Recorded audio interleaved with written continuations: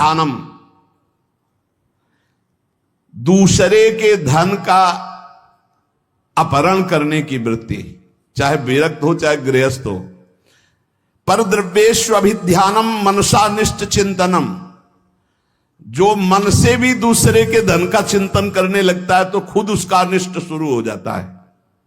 शास्त्र की बात मान लो, जिम हरि शरण नए को बाधा, सुखी मीन जहां नीर अगाधा। तुम भगवान से विमुख होकर जिस पाओगे।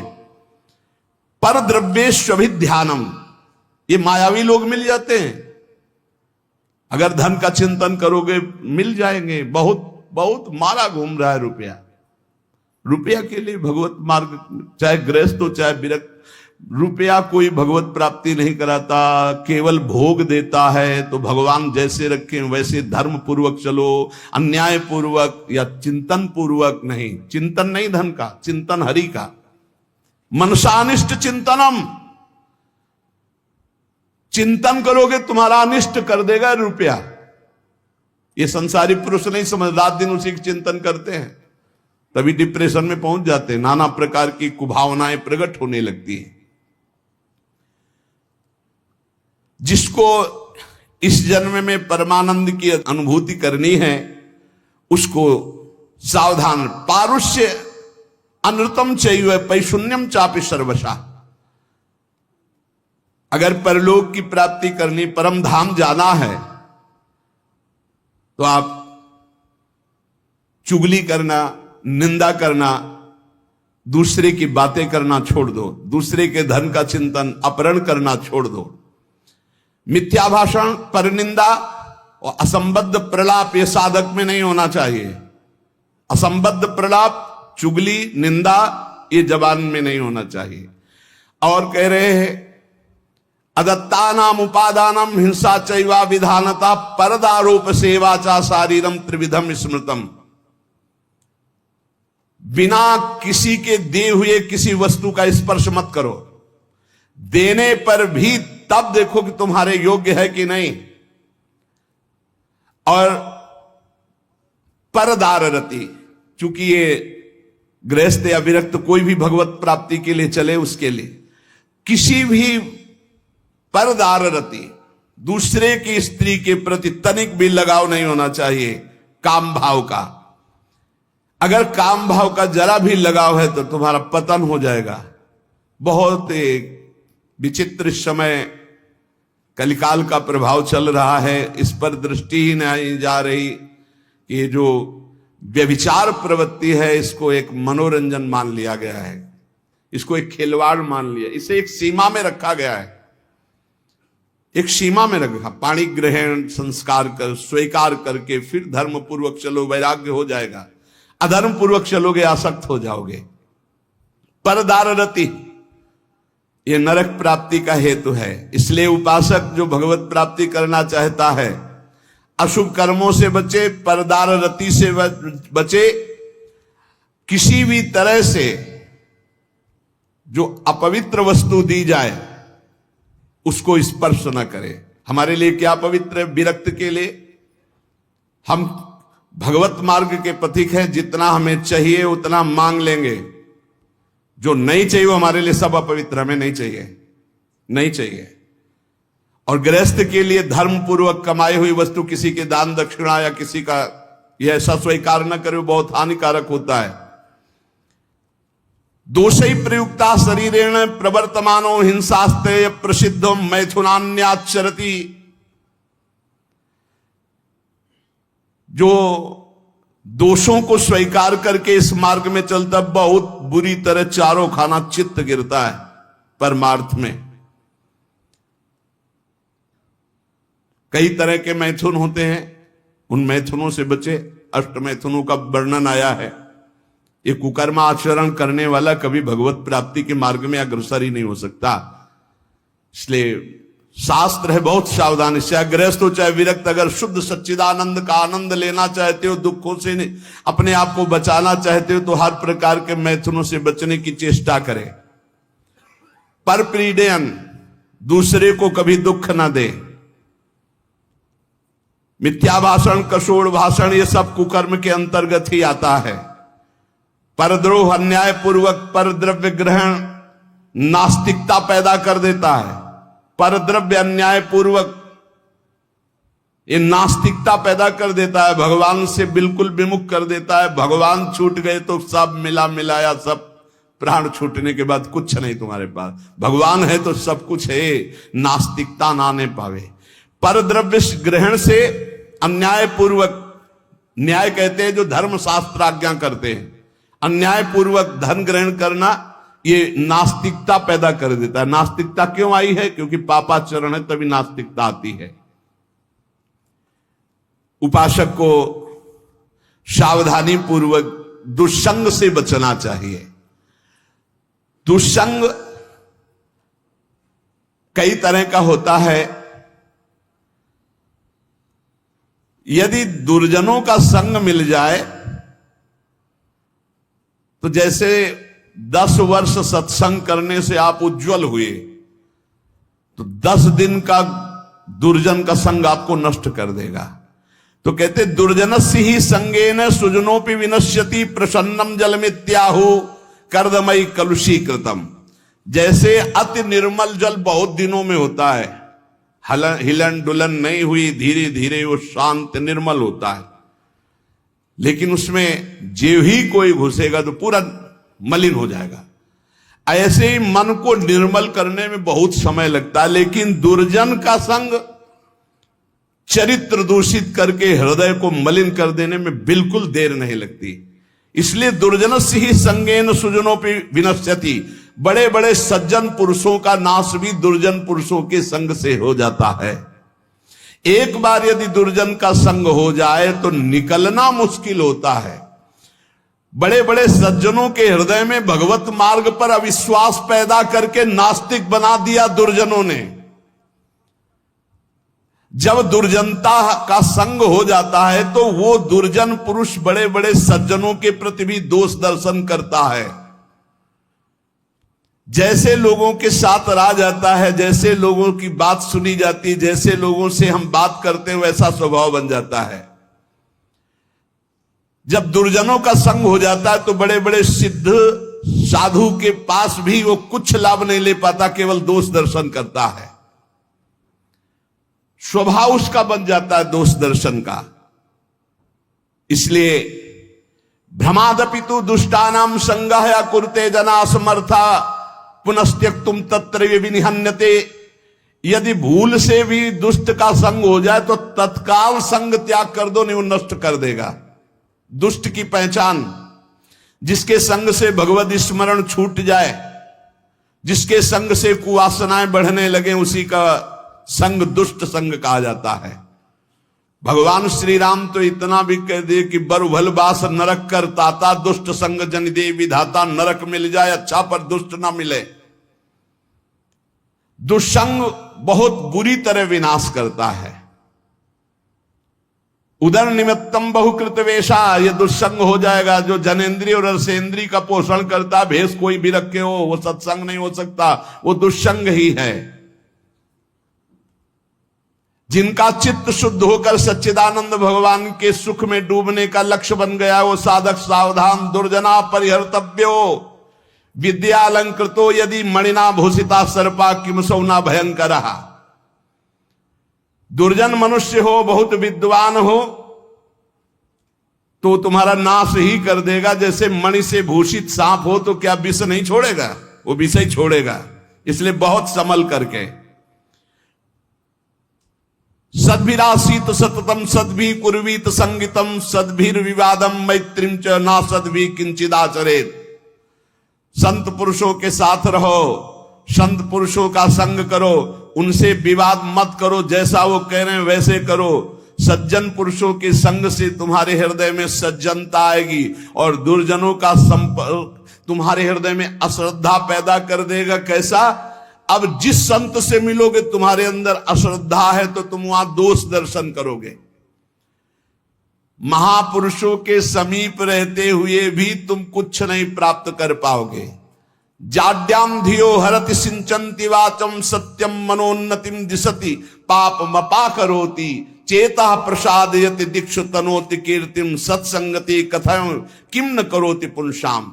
जब सत्संग मिलता है तो हृदय का कूड़ा करकट दूर हो जाता है, काम क्रोध ये नष्ट हो जाते हैं, बुद्धि विवेकवान होकर भगवान की तरफ बढ़ती है। और जब कुसंग मिलता है तो ऐसी संशयमय बुद्धि हो जाती है कि बड़े बड़े संत महात्माओं के समीप जाकर के भी वो दुर्लभ लाभ ना लेकर वो दोष दर्शन करता रहता है।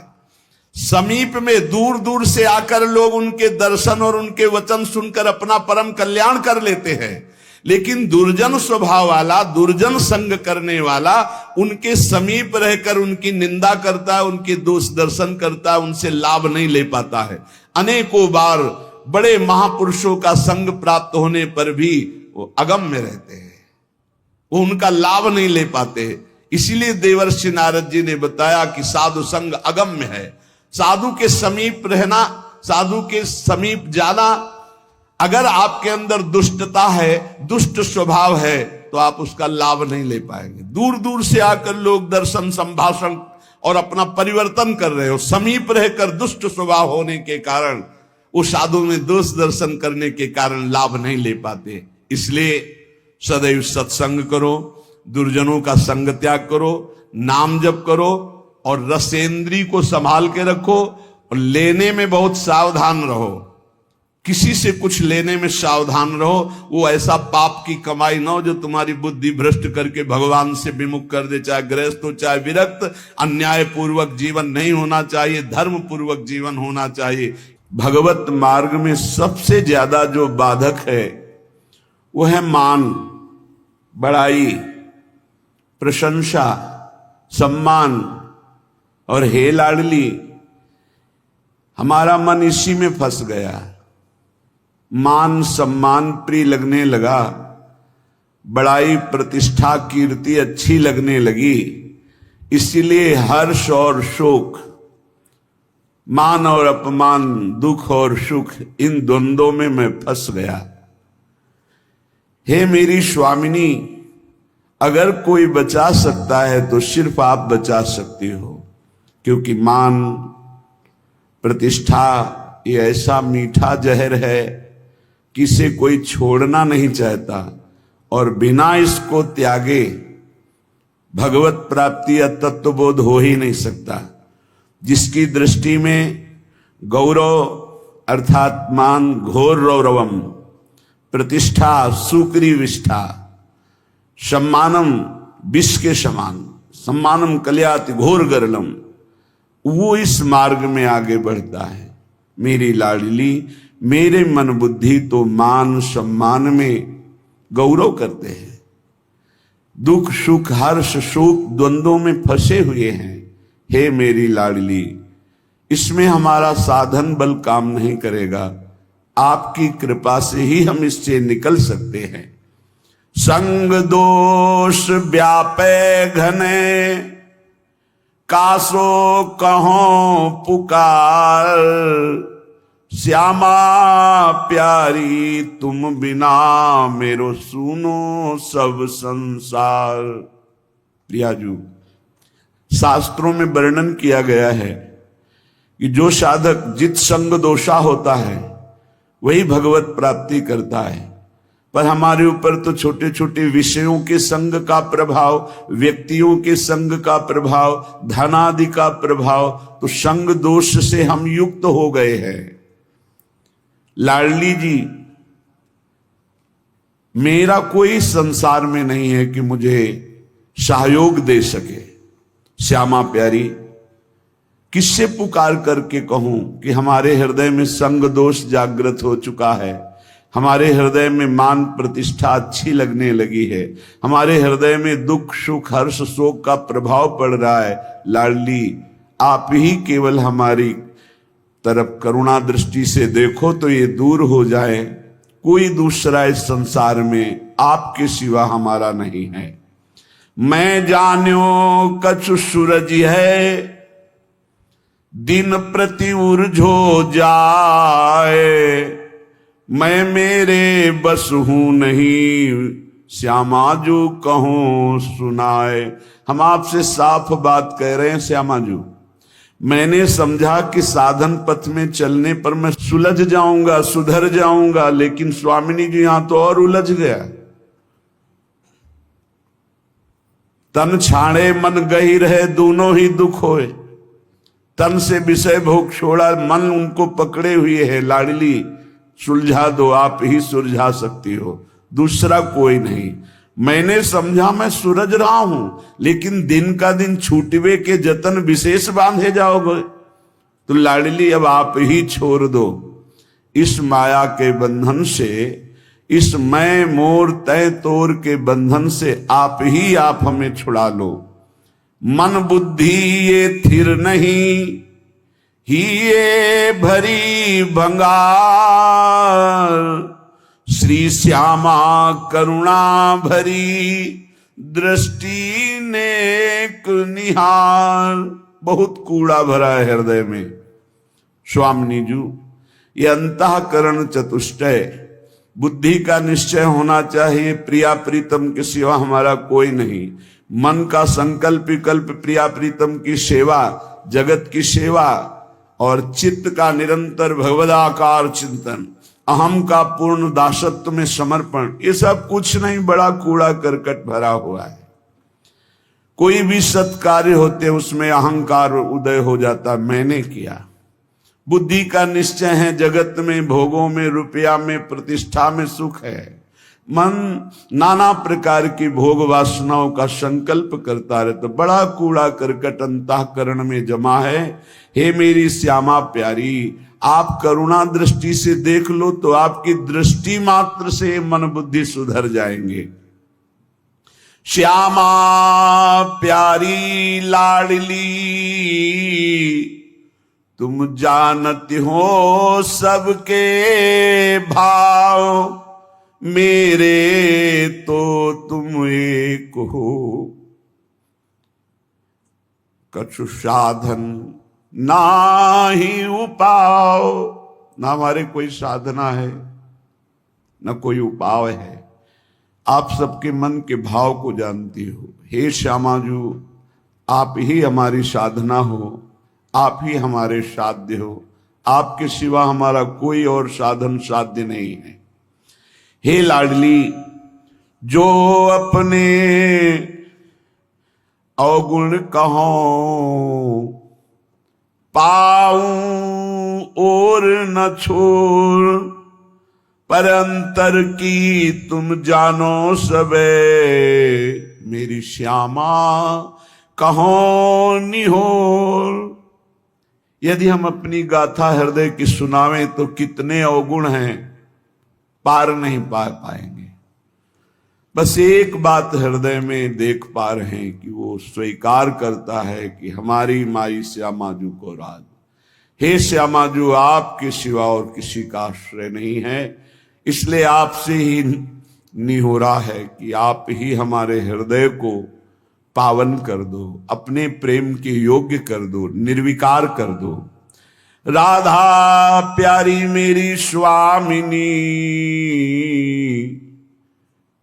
निज सहचरी समुदाय, अली माधुरी आपके चरण परी बिललाए।